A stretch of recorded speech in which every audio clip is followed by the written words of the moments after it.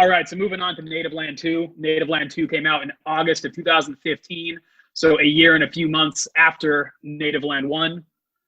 You were 28 years old at the time. Do you remember what exactly happened in the time between 1 and 2? Between 1 and 2, I started working on Vans Illustrated. We started going like pretty hard on filming trips for that, and that was taking up a good amount of my time. And that's the thing. It's like the timeline of these projects, they don't really make sense. They're not linear at all. You know, some of them have a couple years between them. Others have like whatever, a little bit of closer time. And it's because like, dude, sometimes it's a lot to juggle with the traveling and then finding the spots and going out and getting the tricks and injuries and all those things. So I just remember like wanting to like put a lot of time and effort into filming for Illustrated. So it was like that kind of got put on the back burner for a little bit. So yeah. So I really like the first clip in this video. It's almost like a rhythm section of rail hops. I love that clip. That clip always stood out to me as one of the cooler things. It's just really an unexpected visual when you're watching a street clip, you know, and you make it look good and just fast and high speed. And it's really kind of a unique, very Dakota-esque clip in my opinion. Thank you. Yeah, I remember it's so crazy. Like when you film for video parts, I feel like your memory is so much stronger because you're so hyper focused on what's going on. So it's like, I remember that day really well too. Calvin Kosovich filmed that line. Actually, Vish filmed the roll in, and then Calvin filmed the fisheye. And I just remember like, I really wanted that line to work, but I was having a hard time because it was hard to make the turn after the overtooth. You're going fast and you have to like swerve out and swerve in. And then I think it's 4 rail hops. I can't remember off the top, but the 4th one I wall rode, or the 3rd one. And I remember I like had gotten to the last one other time and I didn't do the wall ride. Like I kind of got shook at the end and I didn't do it. I was like, oh man. But yeah, I was really stoked that line worked out. And it kind of worked out perfect for the beginning of the part, because it's like, it's kind of unexpected. It's like a handrail and all of a sudden I turn around the corner and then it's like essentially like going back to my roots of riding jumps, you know? It's rare to have a street clip that actually has that flow to it. It's just a different style of riding, you know, that you don't usually see at a school. Yeah, I'm always looking for those types of setups too. Like anytime I could use like handicap hops and handrails and wall rides all together, count me in. I'm down. One thing that stood out to me in this when I initially watched it is I remember thinking that this is one of the first times I had seen graphics that I knew you made. Now, I could be way off, that you could have done it on many projects before this, but was this one of the first, or was this just the first time I paid attention? Dude, another good point. Good observation, Kyle. Yeah, that is the first graphic that I've ever done in a video, actually, and I didn't even think about that. So, yeah. From Nativeland 2 to van shirts that are sold in the mall, this started all of it. Yeah, I think like drawing for me has always been like, it's always been there when I've needed it. And I think like I said, I was traveling a lot during that time and I was drawing a lot on the plane. So like I'd come up with a font that I really like to use. I still use it to this day, and it's what I use to write my name. And yeah, I just was like, oh, it'd be cool to like throw that in there, you know, just to give it a little bit more flavor. And that video stands out of all 4 of them to me as like, well, I can't really say that because they all have my personal touches, but that I hand wrote everything, even like the filmers' names and the music and everything. And yeah, I think that one I was like, you know what? I think the first one went so well that the second one I was like, dude, I just want to put more into it. You know, I want to put more creativity into it. I want to have more, you know, I want to work with Vish closer and whatever. So, so yeah, that kind of kept that going for sure. This was one of the last videos you put out in which you were still riding a Cassette Hub. You're right. Does that bring back fond memories, or is that something you're happy is a thing of the past? No, to be honest, I'm still impartial. Like I like having more options with the free coaster. Like, for instance, like doing backlashes out of rails and ledges and stuff. Like, I like having that option, and I like doing, like, being able to do like the 180, like the fakie wall rides and come back in fakie, which you can do all these things with a cassette as well. But I liked kind of giving myself a new challenge and opening up like a new chapter of like tricks, like, oh, you know, like I said, just doing the backlashes out of grinds and everything, and seeing what grinds I could do it out of. And even to this day, I'm still coming up with new ones for myself, not new ones in the world, but new ones for me. And I think it helped me a lot putting the coaster on, because it just kept riding fresh, you know, because that's, at the end of the day, that's what matters. You know, you want to feel good on your bike, and you want to like be challenging yourself. And that's kind of what it did for me.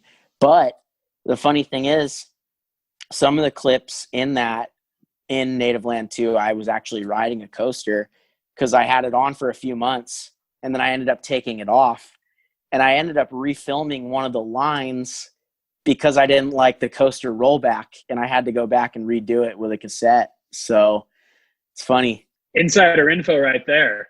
Yeah.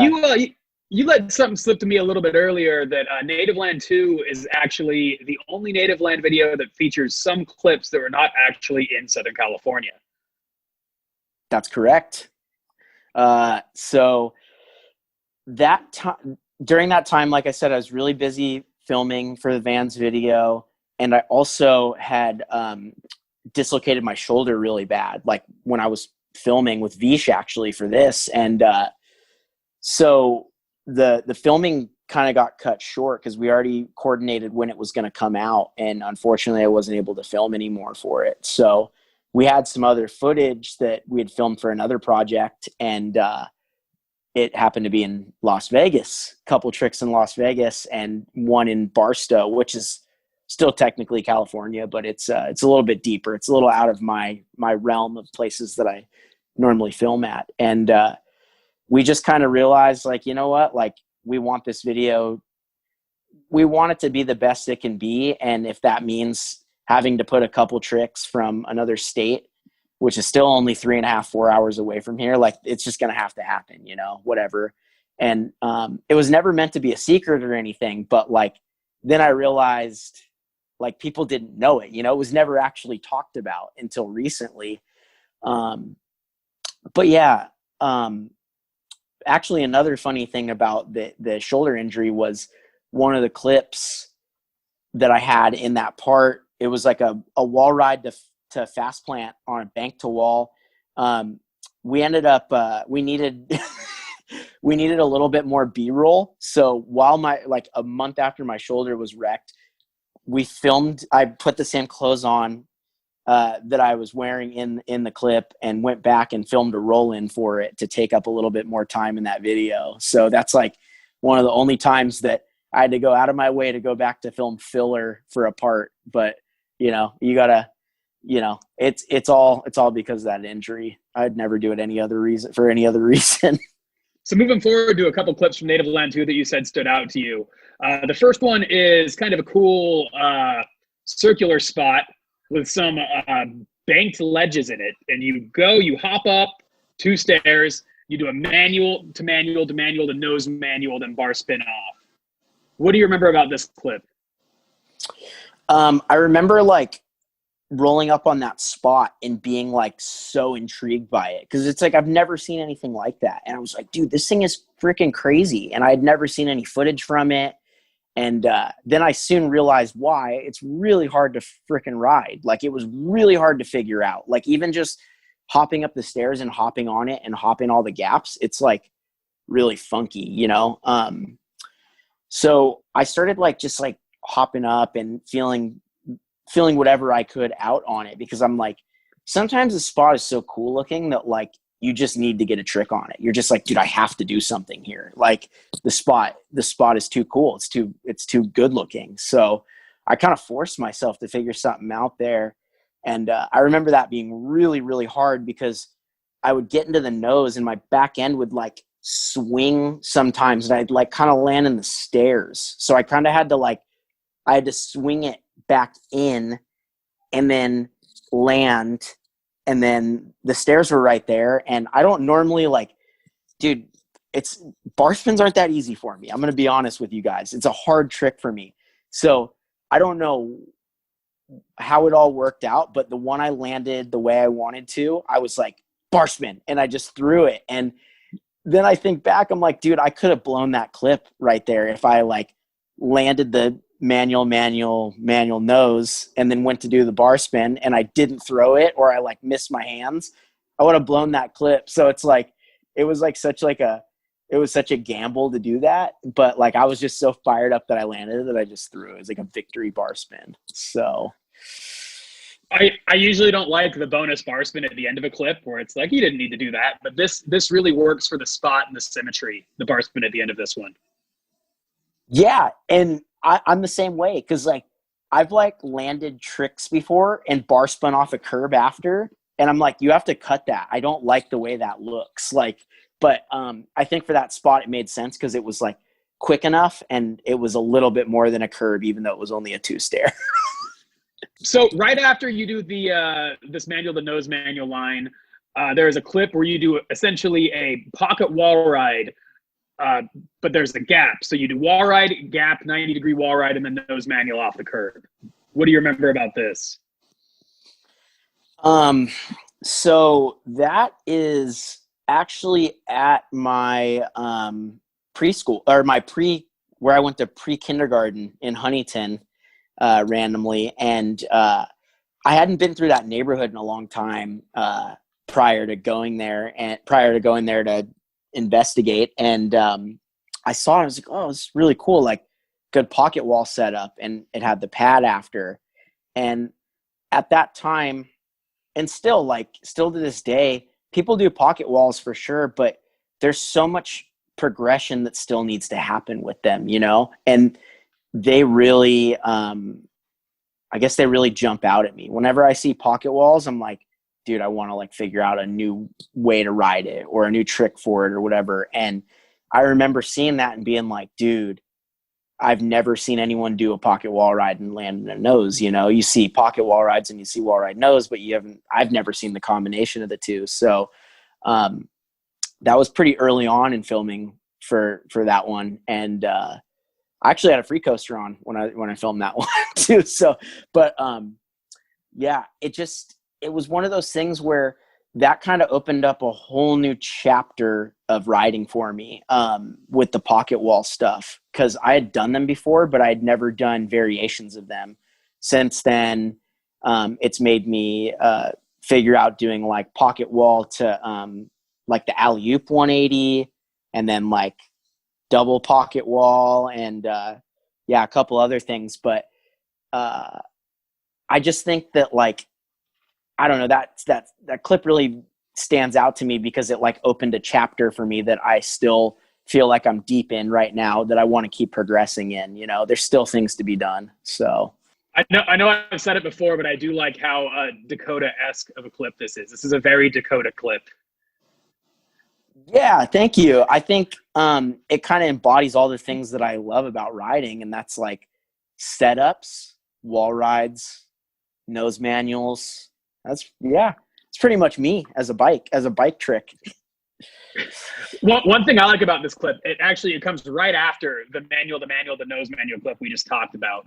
And you look at this the nose manual clip, and like you said, that's such an epic spot, you have to do something here. That spot's so incredible. And then you go right into this pocket wall ride, and to the average human being, even the average BMX rider, that's not a spot.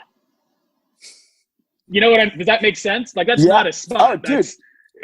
No, it makes perfect sense. And I think that's another thing that I try to do with my riding is I like trying to figure things out at things that don't really look like spots to other people, because it's anybody, well, not anybody, but it's one thing to go to a perfect 8-stair rail and do tricks. It's another thing to have to think outside of a box and just see 2 walls and a pad and go, okay, what the hell could I do with this? You know what I mean? So And I think that is another thing that keeps riding interesting for me, is like the whole like searching for setups and searching for weird things that don't need to make sense to anybody else. You know, it's like, I don't care if no one else sees that as a spot. It's like, it worked for me and it worked for what I needed it to. So it's like it, and you know, I think tricks mean more to me when I'm able to I guess find something that no one else would think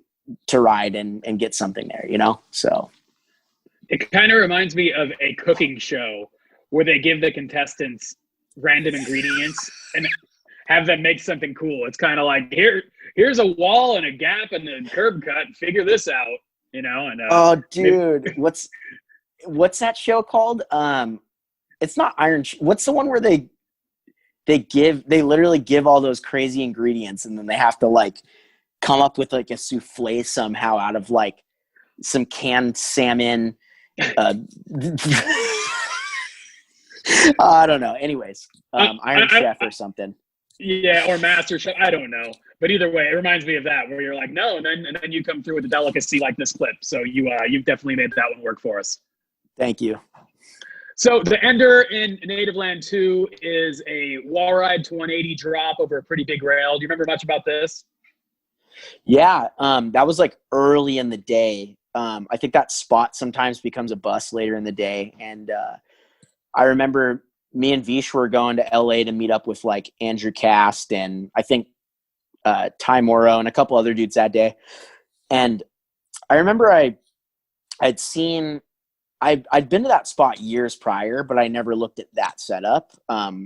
It just didn't really cross my mind. And then in the Van skate video, Chima Ferguson ollied over the rail and over the planter to flat. And I was like, oh my God, like, dude, I wonder if you could wall ride over that thing, you know? And I had already known where it was because I'd been to that spot before.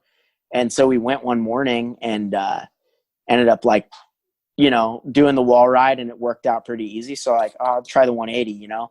And it was a little bit of a battle because I like when I wall ride 180 over stuff, I like to start low on the wall and like go up and over so I could arc it instead of like jumping up high and then having to go higher and clear the rail. It was there's like a little green, if you look close, there's like a light green slab that I wall ride on, and it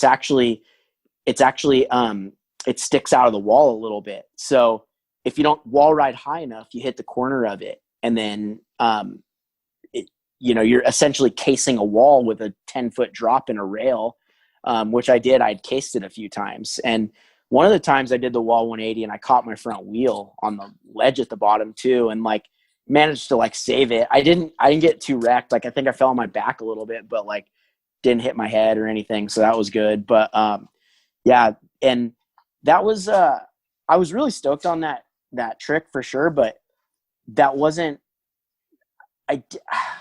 I didn't think that was going to be my ender when I had filmed it. But then, like I said, I got the shoulder injury and I couldn't ride anymore. So we kind of had to like default to that, which I still think is like it's not, I'm not taking away from it. Like I'm really stoked on it even to this day. But like you know, since the cards I was dealt involved my shoulder blowing out, I was like, well, I kind of got to fall back on this. So it's a heavy clip, and you can definitely tell that you're fully compressed when you're doing the wall ride. You know, you have to, like you said, you like to wall ride up. I never thought about that until you just said that, but watching that clip, I see exactly what you're talking about. Like you're sucked up there just trying to get over that rail. That's like over bars, it looks like. That's a tall rail. It was tall enough to be scary for sure.